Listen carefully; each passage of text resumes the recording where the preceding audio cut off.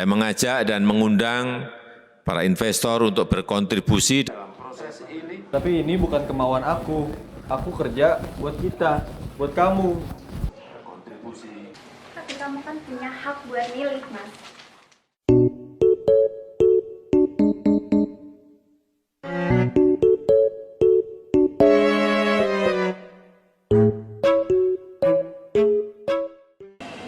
Jadi sekarang kamu pilih, Mas. Pilih negara atau aku? Pilih negara atau aku? Pilih negara atau aku? Pilih negara atau aku? Pilih negara atau aku?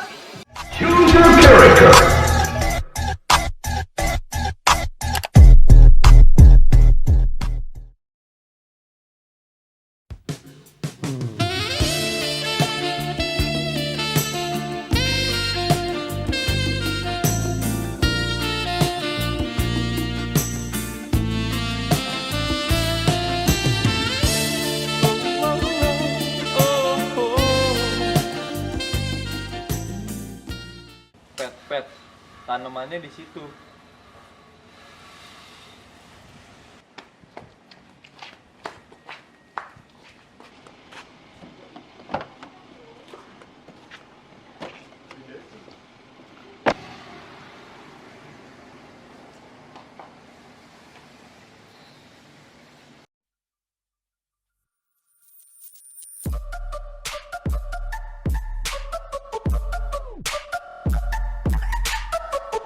Selamat sore kaula muda. Sore everybody, gimana nih sorenya? Macet ya? Hahaha. Nah, sembari menemani sore kaula muda nih, gue Safadlan bakal nyediain kalian berita terpanas sekarang nih. Dan dimana kalau bukan di 108.6 Kasrat FM. Let's go. Jadi untuk berita pertama hari ini ada update nih tentang pemilihan IKN ya guys ya, yang udah dinyatakan resmi oleh Presiden pada 26 Agustus 2019 lalu. Nah, habis itu pas tanggal 29 September 2021, DPR dapat surat Presiden mengenai RUU IKN ini. Nggak lama setelah itu, tanggal 18 Januari 2022, langsung aja RUU ini disahin jadi UU lewat rapat paripurna DPR. Wih, udah fix banget nih bro. Tapi emang ngomong-ngomong ibu kota kita ini kenapa dipindahin sih? Udah PO banget padahal gue di Jawa. Boleh dong direkap kak? Jadi gini bro, ibu kota perlu dipindahin karena kondisi Jakarta sekarang yang udah sumpek banget sekaligus buat pemerataan gitu sih. Yah, emang kenapa sih kalau dipindahin ke Kalimantan Timur? Bukan di Kalimantan hutan doang ya? Kalau kata Pak D sih, Kaltim dipilih itu karena risiko bencananya kecil, lokasi geografis yang di tengah-tengah dan dekat sama wilayah perkotaan yang udah berkembang kayak Balikpapan dan Samarinda. Oh, oke. Wah, bakal asri dan modern banget lah ya ikan kita nantinya. Gak usah mahal-mahal ke Bali gitu untuk healing. Bener banget. Wah, ini gila sih. Gue ketinggalan baik banget ternyata. Dan kayaknya nih, bukan gue doang yang ketinggalan. Kaula muda kayak juga senasib nih sama gue. Nah, kira-kira tempat buat belajar lebih tentang ikan ini di mana ya, bro? Dan kan kita sebagai warga negara yang baik harus paham ya mengenai isu-isu seperti ini. Nah, pas banget nih bro. Dan buat kaula muda yang penasaran juga, topik ini bakal didiskusin bersama narasumber kita. Check it out.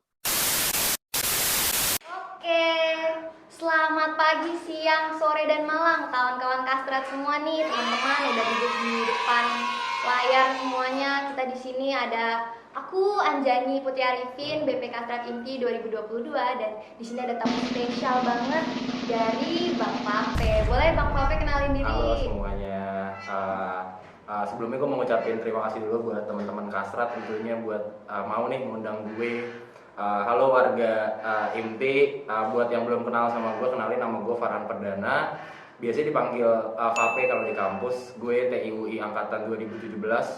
Dulu pernah nih diamanahin buat jadi kepala bidang Kastrat juga di IMTI tahun 2019. Oke, mungkin boleh Kak cerita sedikit kesibukannya. Oke. Kesibukannya sibuk nggak sibuk sih sebenarnya. Oh gitu, kenapa tuh Kak? Tapi kalau kesibukan paling gue kerja aja. Gue kerja di Bappenas sebagai staf pendukung analis kebijakan. Itu di Direktorat Pengembangan UKM dan Koperasi. Wow, Gitu aja sih. teman-teman tidak ada hal lain yang bisa gue katakan selain bangga. Keren banget ya guys, bisa kerja di Bappenas. Semoga kelak kita bisa mengikuti jejak dari KVP ini. Pressure nih, pressure. Jangan dong. Nah, Kak, di sini kita tuh lagi penasaran banget. Oke. Masyarakat, warga TI khususnya Kastrat, kita lagi penasaran banget buat topik pemindahan IKN yang terjadi saat ini dari Jakarta ke Kalimantan Timur, dan kita pengen banget ngekawal gimana sih eksekusi proses sama segala tahapan-tahapan yang dilakukan sama pemerintah hingga saat ini.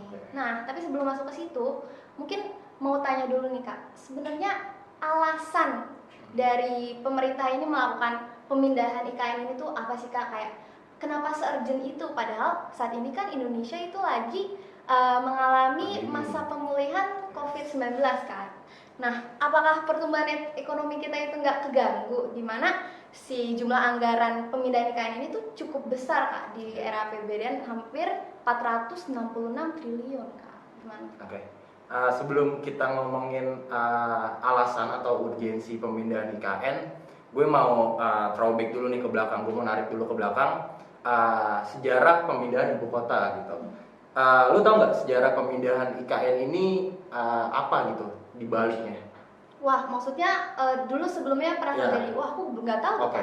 Kalau kita ngomongin sejarahnya, itu setidaknya Indonesia itu ternyata pernah satu kali untuk memindahkan ibu kotanya gitu ke Jogja waktu itu pada tahun 1964. Nah, terus juga isu-isu terkait pemindahan IKN ini seringkali nih terdengar di beberapa kepemimpinan presiden kita gitu sebelum-sebelumnya. Jadi isu-isu terkait pemindahan IKN ini di masyarakat Indonesia itu udah nggak asing lagi di telinganya gitu. Jadi seringkali terdengar.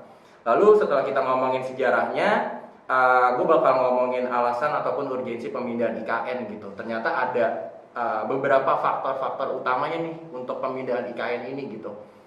Yang pertama itu ada terkait faktor sosial kependudukan, yang kedua itu ada faktor ekonomi, dan yang ketiga itu menurut gue cukup krusial sih terkait dengan faktor lingkungan gitu. Gue bakal breakdown nih satu-satu untuk setiap faktor alasan pemindahan IKN-nya gitu. Kalau untuk faktor sosial kependudukan, kita tahu kalau Pulau Jawa khususnya DKI Jakarta tuh bebannya tuh udah sangat besar gitu. Dikarenakan lebih dari 50% penduduk Indonesia itu terkonsentrasi atau terpusat di Pulau Jawa aja gitu. Nah, setelah kita ngomongin dari sisi sosialnya, ternyata ada permasalahan di kependudukan nih. Kalau ternyata laju urbanisasi di Jakarta khususnya ataupun di Jabodetabek itu kalau kita ngelihat trennya tuh angkanya sangat tinggi gitu. Jadi udah nggak bisa terbendung lagi nih di sekitar Jakarta gitu. Nah, setelah ngomongin sosial kependudukan, kita masuk ke faktor kedua, yaitu terkait dengan faktor ekonomi. Kita tahu kalau misalkan kontribusi PDB Pulau Jawa untuk Indonesia itu angka perekonomiannya sangat tinggi gitu. Angkanya gue rada lupa lah kalau buat angkanya, tapi itu sangat tinggi dibandingkan pulau-pulau lainnya nih selain Pulau Jawa gitu yang masih jauh sangat tertinggal. Nah, kalau kita ngomongin ekonomi, ternyata Bapak Presiden kita, Bapak Jokowi itu ingin menghilangkan istilah Jawa sentris kalau kalian tahu. Nah, itu caranya dengan apa? Caranya adalah meningkatkan pertumbuhan perekonomian seluruh wilayah Indonesia nih secara menyeluruh dan merata gitu. Jadi nggak di Jawa doang terpusatnya. Lalu kita masuk ke faktor yang paling krusial lah gitu, yang banyak diomongin, yang itu terkait dengan faktor lingkungan. Kalau kita ngomongin permasalahan lingkungan di Jakarta ataupun di Pulau Jawa itu kan sudah sangat banyak ya. Kalau kita misalkan ngambil contoh itu misalkan terkait dengan krisis air bersih. Lalu yang kedua ada terkait misalkan konversi lahan yang besar-besaran di Pulau Jawa, atau misalkan beberapa ancaman bencana nih yang masif terdengar di sekitar kita gitu di Pulau Jawa atau bahkan di Jakarta. Kalau misalkan kita ngomongin Jakarta deh, permasalahan lingkungan itu sangat banyak gitu. Misalkan dari banjir gitu yang udah bertahun-tahun, puluhan tahun tuh nggak teratasi. Bahkan dari zaman Hindia Belanda tuh udah ada banjir gitu. Sampai sekarang masih ada setiap tahunnya. Terus kedua, kalau kita ngomongin permasalahan itu ada permasalahan terkait polusi udara yang diakibatkan oleh kemacetan yang kita tahu lah di mana-mana. Kalau di Jakarta sekarang udah macet banget kan gitu. Terus yang ketiga misalkan ada ancaman bencana penurunan tanah gitu. Kalau kalian tahu banyak berita yang bilang Jakarta akan tenggelam tahun 2050, bahkan ada yang bilang tahun 2030 gitu.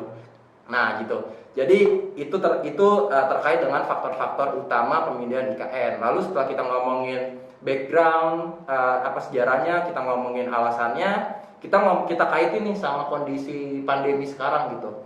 Tadi Anjani bilang betul kalau Indonesia ini belum sepenuhnya pulih gitu dari kondisi pandemi gitu. Tapi kalau kita ngelihat datanya, kita ngelihat trennya, perekonomian Indonesia ini arahnya udah ke arah perbaikan gitu. Jadi arahnya tuh udah positif.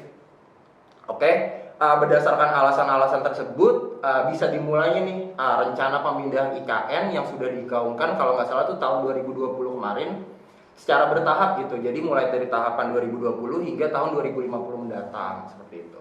Berarti bisa disimpulkan sebenarnya kas negara ini udah cukup matang lah Kak untuk persiapan pemindahan IKN itu sendiri. Nah, tadi kan Kak Fape juga cerita-cerita kalau kita ada alasan pemindahan IKN itu dari sisi Jakartanya di mana udah mau tenggelam dan lain-lain. Nah, berarti aku mau tanya untuk di Provinsi Kalimantan Timur itu sendiri pertimbangannya itu apa sih lokasinya yang dipilih Kalimantan Timur? Oke. Kalau kita ngomongin pertimbangan lokasinya kenapa Kalimantan Timur gitu yang dipilih, karena banyak banget kan pro kontranya gitu. Kenapa sih Kalimantan Timur gitu? Kenapa nggak di kota-kota yang lain gitu, ya kan?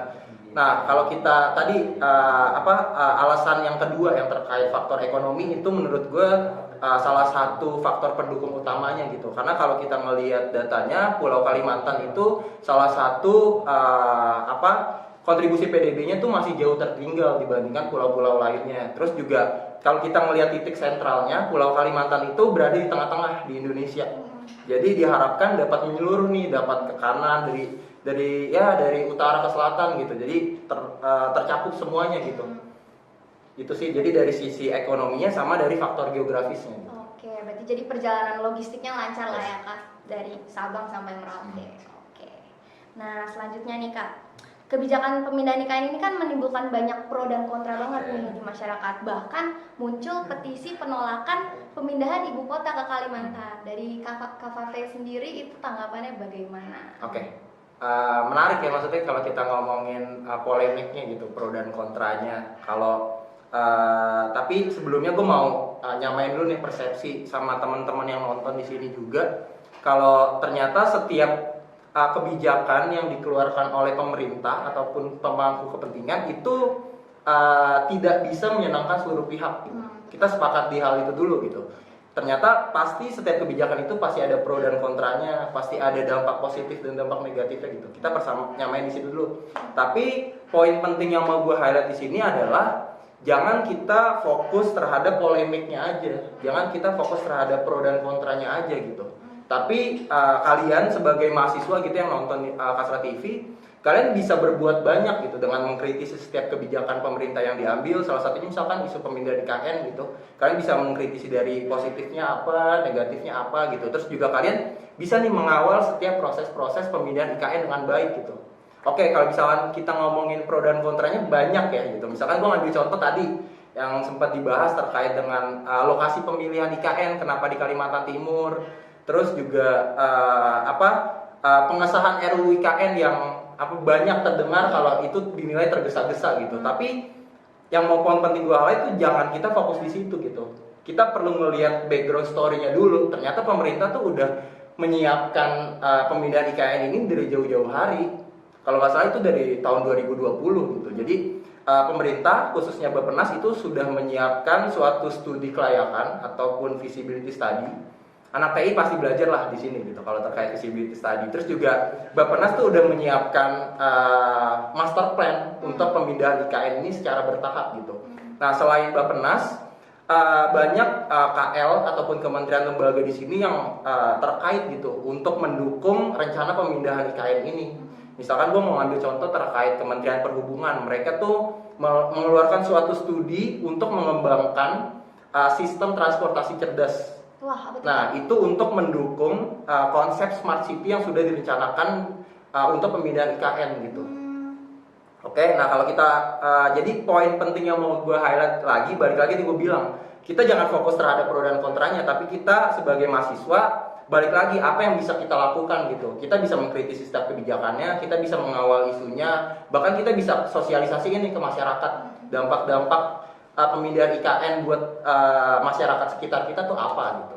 Oke. Gitu sih. Nah, tadi Kak Kopri juga bilang ya Kak, kalau Bappenas sudah nyiapin tahapan-tahapan dari pemindahan IKN itu sendiri. Nah, boleh dong diceritain ke teman-teman semua nih, pemindahan IKN ini sebenarnya tahapannya tuh gimana sih Kak? Oke, kalau kita ngomongin tahapan pemindahan IKN ini dibagi 3 tahap. Untuk tahap pertama ini periodenya tahun 2020 hingga tahun 2024. Nah, untuk tahap awal ini adalah fokusnya adalah pembangunan infrastruktur utama di IKN gitu. Jadi pembangunan gedung-gedung pemerintahan seperti Istana Kepresidenan, terus gedung-gedung MPR DPR, serta gedung-gedung pemerintahan lainnya gitu. Terus juga fokus di tahap pertama ini adalah pemindahan ASN tahap awal, terus juga harus beroperasinya infrastruktur dasar di IKN nantinya di tahap pertama ini dengan minimal 500.000 penduduk. 500.000. Yes. Oke. Nah, terus juga di tahap pertama ini juga dicanangkan Bapak Presiden kita akan pindah ke IKN sebelum tanggal 16 Agustus 2024. Oke, berarti yang paling wajib itu Yes. Presiden dan Wakil Presiden. Jadi nanti Bapak Presiden akan merayakan Hari Kemerdekaan Republik Indonesia di IKN nantinya pada tanggal 17 Agustus 2024 gitu. Itu untuk tahap pertamanya. Jadi cukup menarik gitu untuk plan-plannya gitu. Terus kalau untuk tahap kedua, ini periodenya cukup panjang. Jadi range-nya itu sekitar 10 tahun. Dari tahun 2025 hingga tahun 2035. Oke? Nah, fokusannya adalah kalau tadi tahap pertama pembangunan infrastruktur utama pemerintahannya, ini adalah fokus terhadap pengembangan pusat-pusat inovasi serta ekonomi gitu. Jadi untuk menunjang aktivitas utama di IKN nantinya gitu. Terus juga ada lanjutannya penyelesaian akhir untuk pemindahan pusat pemerintahan dari Jakarta ke Kalimantan Timur nantinya. Itu untuk tahap kedua fokusannya. Terus masuk ke tahap ketiga yang terakhir, ini periodenya berarti dari tahun 2035 hingga tahun 2045. Oke. Nah, setelah infrastruktur utamanya terbangun, terus pusat pemerintahannya terbangun, di tahap terakhir ini fokusannya adalah konektivitasnya nih. Jadi pembangunan konektivitas jalan, terus juga antar dan dalam kotanya nanti di sekitaran Kalimantan Timur tuh bagaimana gitu. Jadi untuk menunjang lagi nih untuk secara keseluruhan ekosistem di Kalimantan Timur nantinya gitu kalau untuk tahapannya. Oke. Seperti itu. Berarti bisa diingat tuh teman-teman, kalau tahapan-tahapannya tadi ada pertama pembangunan, terus kemudian pemindahan-pemindahan sektor-sektor perekonomian tadi sendiri. Berarti mulai tuh ya Kak, industri-industri, mulai perusahaan-perusahaan, pabrik-pabrik itu mulai dipindahin ke IKN. Kemudian yang terakhir adalah konektivitasnya di antara Kalimantan Timur ini. Nah, mungkin selanjutnya nih Kak, ini yang paling menarik sih.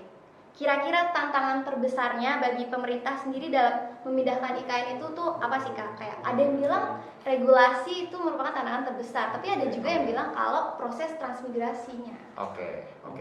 Kalau kita ngomongin tantangan terbesar, ini pandangan pribadi gue ya. Tantangan terbesarnya itu menurut gue bukan regulasinya sih. Oh, betul Kak. Kenapa? Karena regulasi pemindahan IKN ini sudah terjawab atau sudah ada di RUU IKN yang sudah disahkan gitu. Jadi udah terjawab semuanya di sana, kalian bisa lihat. Terus juga kalian bisa baca-baca terkait studi-studi kelayakan yang tadi udah dibuat gitu. Terus kalau pandangan gue, tantangan terbesarnya adalah bagaimana caranya pemerintah ini menyiapkan atau menjawab seluruh kebutuhan-kebutuhan dasar dari penduduk IKN nantinya gitu. Kalau kita ngomongin contoh-contoh kebutuhan dasar, misalkan terkait dengan gimana nanti akses pendidikan di sana gitu, apakah sudah cukup menunjang gitu seperti di Jakarta, terus gimana akses kesehatan di sana, rumah sakitnya gimana, puskesmasnya gimana, serta pelayanan-pelayanan kesehatan lainnya lah gitu. Terus juga gimana nih nanti infrastruktur penunjangnya gimana, seperti misalkan kita ngomongin terkait infrastruktur air, listrik, atau bahkan internet gitu. Sekarang kan udah orang-orang nggak mungkin lah terlepas dari internet gitu kan. Nah, jadi poin penting yang gue highlight ini adalah pemerintah ini harus menyiapkan kebutuhan-kebutuhan dasarnya dari masyarakat itu sendiri gitu. Nah, tapi selain pemerintahnya harus membuat suatu intervensi untuk di sananya nanti, perlunya ada juga nih kontribusi dari masyarakat kitanya untuk membantu pemerintah menyukseskan IKN. Jadi semua tahapan perencanaan yang udah dibuat pemerintah itu udah matang, tapi perlu bantuan juga nih dari masyarakat untuk mendukungnya gitu. Jangan sampai pemindahan IKN yang udah dipindahin nih ke Kalimantan Timur, tapi tadi kebutuhan dasarnya belum terjawab, terus masyarakatnya belum tahu di sana ada apa aja gitu. Jadi perlu juga ada nih sosialisasi yang menyeluruh hingga ke tahap-tahap masyarakat lainnya gitu. Iya, nah jangan sampai tuh teman-teman kalau IKN-nya udah siap, infrastrukturnya udah keren, nggak ada yang mau pindah ke sana, kan caur. Nah, di situ tuh nyambung nih Kak, kan sekarang itu banyak mindset orang tuh masih belum berubah ya Kak, kayak mereka tuh masih Jawa sentris seperti yang tadi Kak Fape bilang, kayak gimana sih Kak cara ngapus kedominanan Pulau Jawa sebagai magnet, dimana orang Indonesia tuh pasti mau ke Pulau Jawa semua Kak. Dan seperti yang tadi udah dibahas juga, kalau pusat perekonomian itu ada di Jakarta, bahkan 70% perputaran ekonomi di Indonesia itu ada di Pulau Jawa. Oke. Menarik ya kalau kita misalkan bahas dari sisi ketertarikan Kalimantan Timur nantinya gitu. Kalau kita ngelihat di Pulau Jawa atau kita lihat di Jakarta, itu ya jelas pusat-pusat perekonomiannya itu udah banyak gitu. Jadi orang tuh urbanisasi, rela-rela urbanisasi ke Jakarta untuk mendapatkan pekerjaan. Betul. Nah, itu bisa dilakuin hal serupa di Kalimantan Timur ya. Jadi nanti di Kaltim harapannya pemerintah tuh udah menyiapkan banyak lapangan pekerjaan di sana gitu.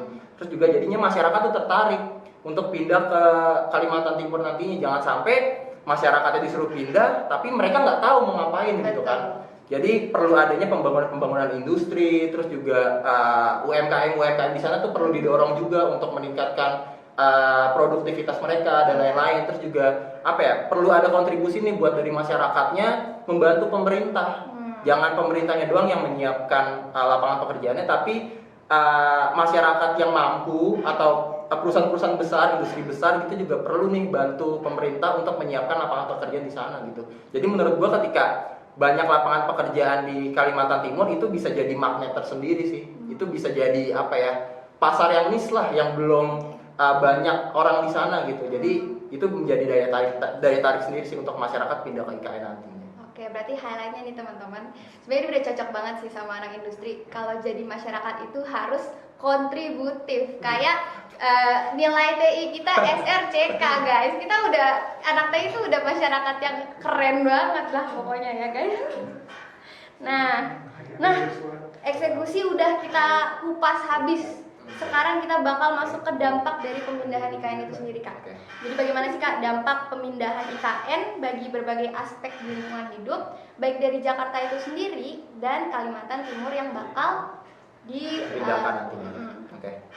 Kalau kita ngomongin dampak lingkungan hidup, tadi ngomongin Jakarta sama Kalimantan Timur, kita bahas satu-satu ya. Kita bahas dari sisi Jakartanya dulu nih. Boleh. Oke, pertama isu pemindahan IKN ini kan diharapkan akan berdampak baik atau akan berdampak positif bagi lingkungan di Jakarta gitu. Harapannya seperti itu.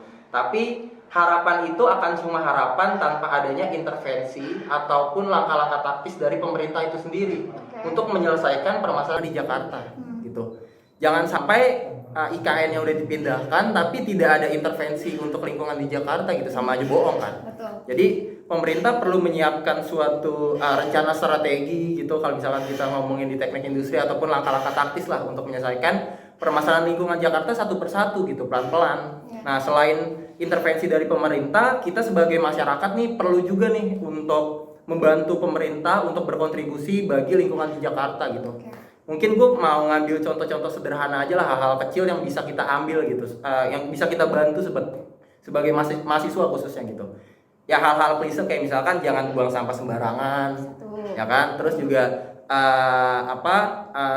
kita mulai membiasakan diri nih untuk menggunakan transportasi umum di Jakarta gitu. Jadi untuk mengatasi kemacetan. Nah, hal-hal kayak gitu mungkin terdengar klise di telinga kalian, tapi kalau misalkan lo semua yang nonton di sini lakuinnya secara masif dan menyeluruh, menurut gue dampak-dampak permasalahan lingkungan di Jakarta ini akan teratasi nih secara perlahan satu persatu gitu. Kita bisa benchmark atau ngelihat nih luar negeri, kayak misalkan gue ngambil contoh negara negara Singapura gitu.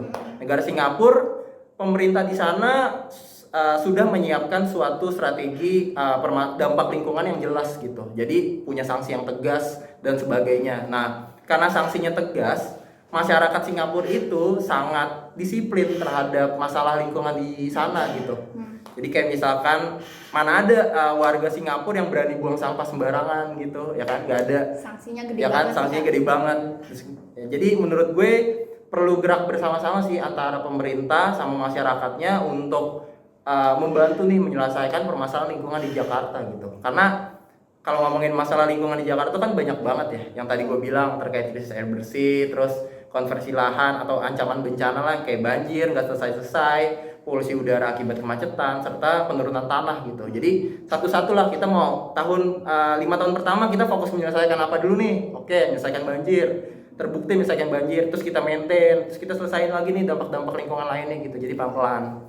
Nah setelah kita ngomongin Jakarta, kita akan ngomongin terkait dengan Kalimantan Timur yang nantinya akan menjadi ibu kota baru di sana gitu. Tentu Kaltim sebagai ibu kota baru nantinya itu memiliki ancaman nih, atau ya Jakartanya akan baik, Kalimantan Timurnya terancam gitu kan untuk lingkungannya tercemarkan gitu. Tapi ancaman itu sudah diatasi atau direncanakan pemerintah untuk menjawabnya gitu melalui konsep smart city yang sudah direncanakan. Wah, apa tuh Kak smart city? Jadi konsep smart city itu adalah konsep di mana suatu kota itu sudah fokusannya adalah kota yang cerdas gitu. Jadi sudah tidak lagi menggunakan energi-energi yang tidak ramah lingkungan lagi gitu. Nah, cuma konsep itu kan akan cuma konsep ya kalau misalkan implementasinya tuh tidak terjalankan dengan baik. Jangan sampai pemerintah udah punya konsep yang matang, ibu kotanya udah dipindahin tapi implementasinya nihil gitu.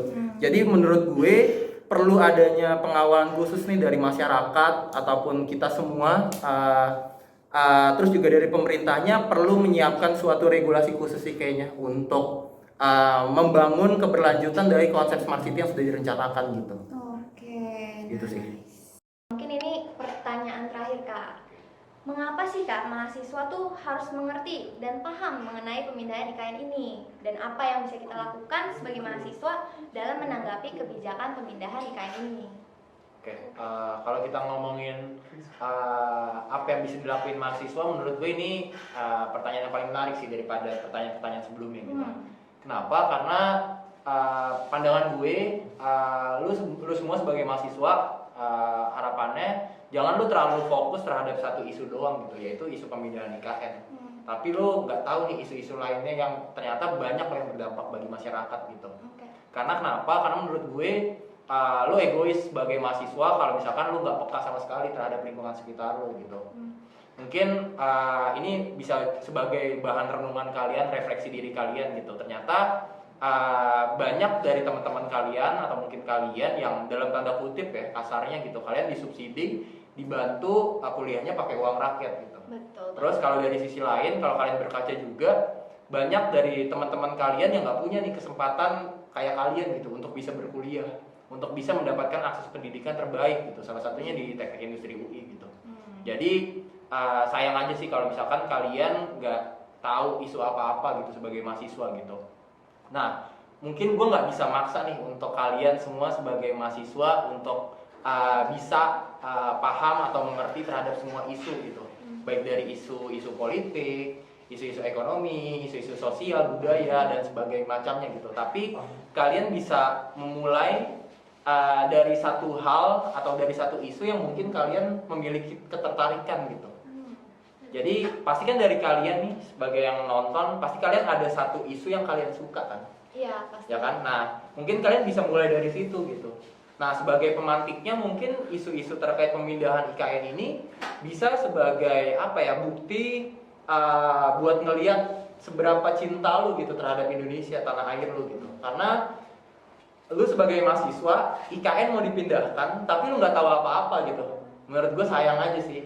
Nah, mungkin nih kata-kata terakhir gue, harapan terakhir gue mungkin nih terdengar cukup kasar ya, mungkin nanti editor Kasra TV bisa ya diedit lah, di-bip lah gitu ya. Tolong ya di highlight ya guys. Kayak lu semua sebagai mahasiswa itu harusnya kritis, tapi bukan gitu.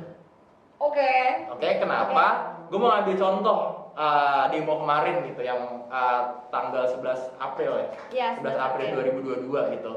Jangan sampai lu ikut-ikutan demo, tapi lu nggak ngerti nih sama substansi ataupun tuntutan yang dibawa gitu.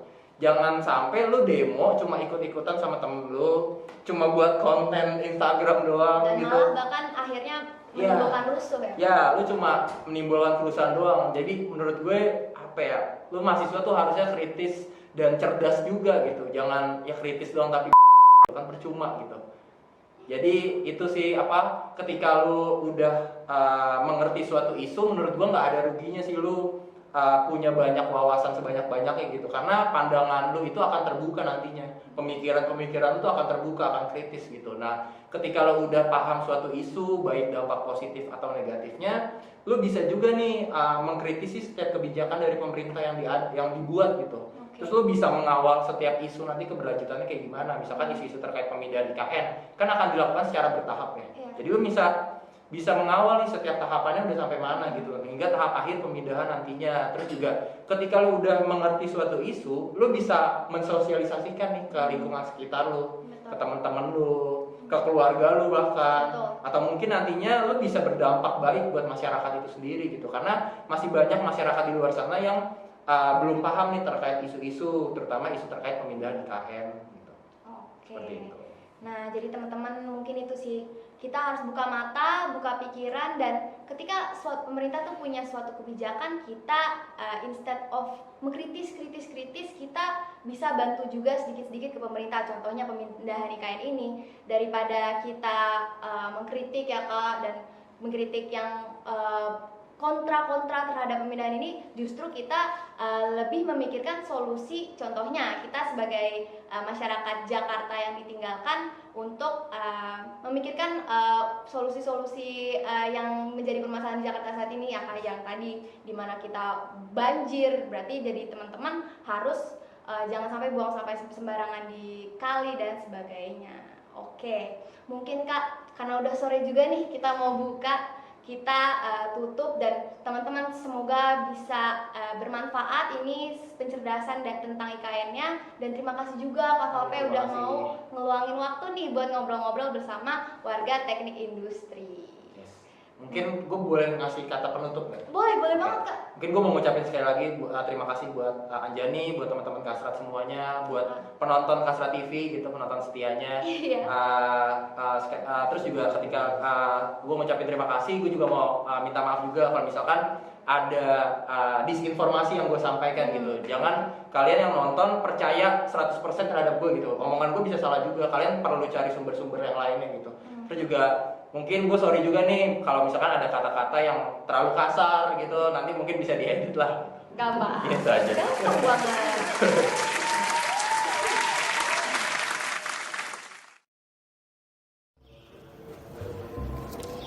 Weh, Mister Kopet. Weh, apa kabar lu? Baik dong. Lo lagi ngapain di sini? Gue mau ketemu teman gue nih. Gue boleh gabung nggak? Boleh. Yuk. Asik.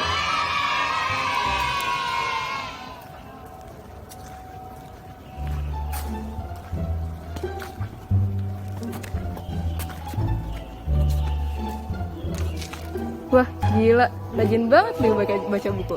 Iya nih, gue lagi demen aja gitu baca karya sastra Indonesia. Hitung-hitung ikut melestarikan bahasa Indonesia kan, supaya nggak kecolongan kayak budaya lain. Oh, emang ada apa tuh?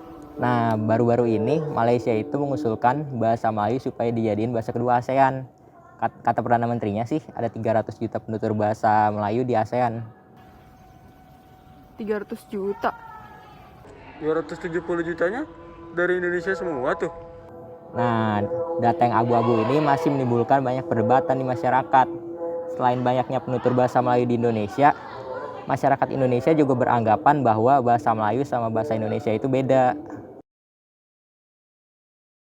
Justru karena itu, kata Pak Nadiem Makarim, lebih cocok bahasa Indonesia yang jadi bahasa kedua ASEAN. Emang kenapa tuh, Pet? Kata Pak Nadiem, bahasa Indonesia ini tuh persebarannya udah mencakup ke 47 negara di dunia. Jadi udah termasuk bahasa internasional. Dan bahasa Indonesia ini juga sering diajarin di kampus kelas dunia, bro. Bener banget. Mungkin itu bisa kita jadiin pelajaran kali ya untuk kita melestarikan bahasa Indonesia. Kayak yang tertera di Sumpah Pemuda gitu. Bener banget, setuju gue. Ngomong-ngomong, gue liat-liat jam tangan lu mahal nih. Baru ya? Iyalah, Zaman gini punya Lamborghini biasa, punya rumah biasa. Gila. Ini nih jam 7M, mampu nggak lu bos? Wes, 7M tuh. Iya. Wah, kata gue sih asal lo nggak ngikutin jejak Reziri sebelah sih. Hah, kenapa tuh emang? Lu pasti udah nggak asing sama Indra Kents kan? Iya ya. Sekarang dia jadi tersangka dugaan tindak pidana judi online, penyebaran berita bohong, penipuan, serta pencucian uang lewat aplikasi Binomo. Pat, tapi gue bingung deh. Itu kenapa Indra Kents bisa ambil untung banyak banget ya? Nah, itu gimana? Jadi kekayaannya didapetin dengan menjadi afiliator binary option. Nah, dari situ Indra menjanjikan trading dengan keuntungan tinggi dan konstan yang nyatanya cuma fiktif belaka. Padahal perdagangan opsi biner di Indonesia itu ilegal karena nggak ada yang terdaftar di Bapepti dan diawasi OJK. Terus nasib gue gimana dong sekarang?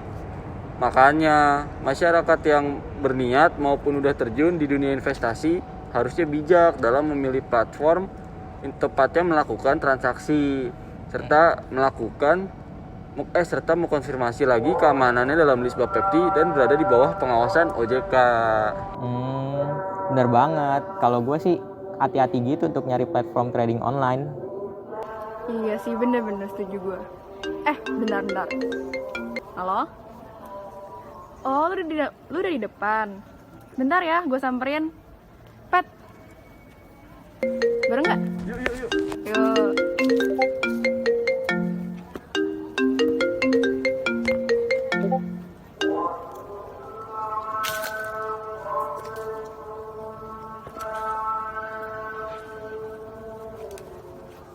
Nah ini nih, akhirnya nggak sia-sia gue teriak-teriak di depan gedung DPR.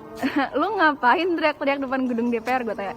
Ini memperjuangkan RUU TPKS yang akhirnya disahkan juga Selasa kemarin. Loh, emang itu RUU pentingnya apa sih?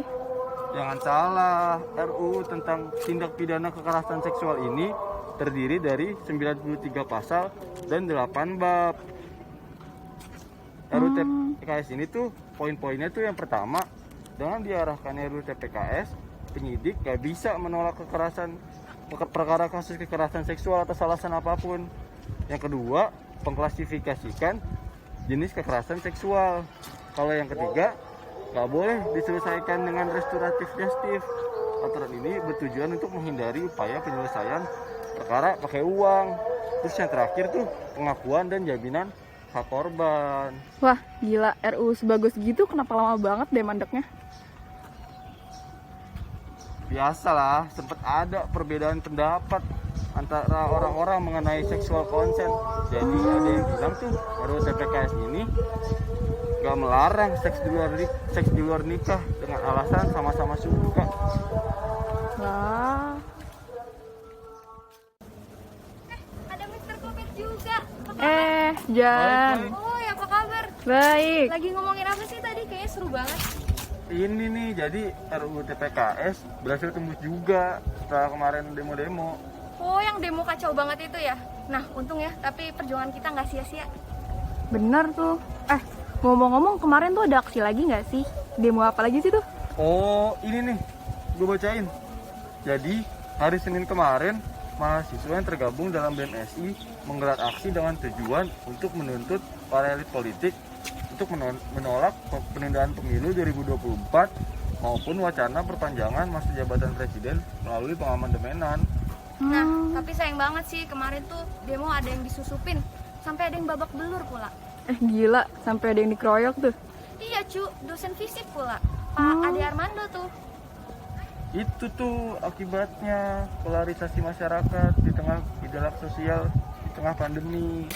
Udah harga bahan pokok naik, pensi politik juga naik menjelang pemilu 2024. Tindakan kayak gini disayangkan banget sih guys, karena harusnya perbedaan pendapat gak diselesaikan dengan kekerasan. Iya bener banget, semoga korban dapat keadilan ya, terus kasusnya juga bisa diutus sampai tuntas. Bener banget.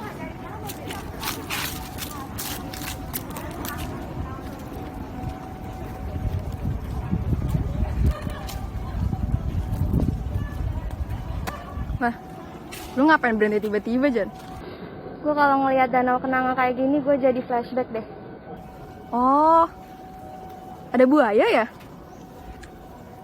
Yo, buaya. Jangan sekarang tuh jangan cepat percaya sama berita burung kayak gitu. Ingat sekarang tuh tahun 2022 bukan tahun 2015. Yaitu tepat pada saat ada insiden tragis di Danau Kenanga UI ini. Jadi ada mahasiswa FIPA UI yang bernama Aksena ditemukan tewas di Danau Kenanga UI ini. Jadi dia tuh tewasnya di tubuhnya itu banyak luka dan dia tuh sambil gendong tas seberat yang berisi batu seberat 14 kg. Nah, tapi anehnya katanya jubir Polres Depok kalau kasus ini itu merupakan tindakan bunuh diri. Wah, parah banget ya. Betul banget.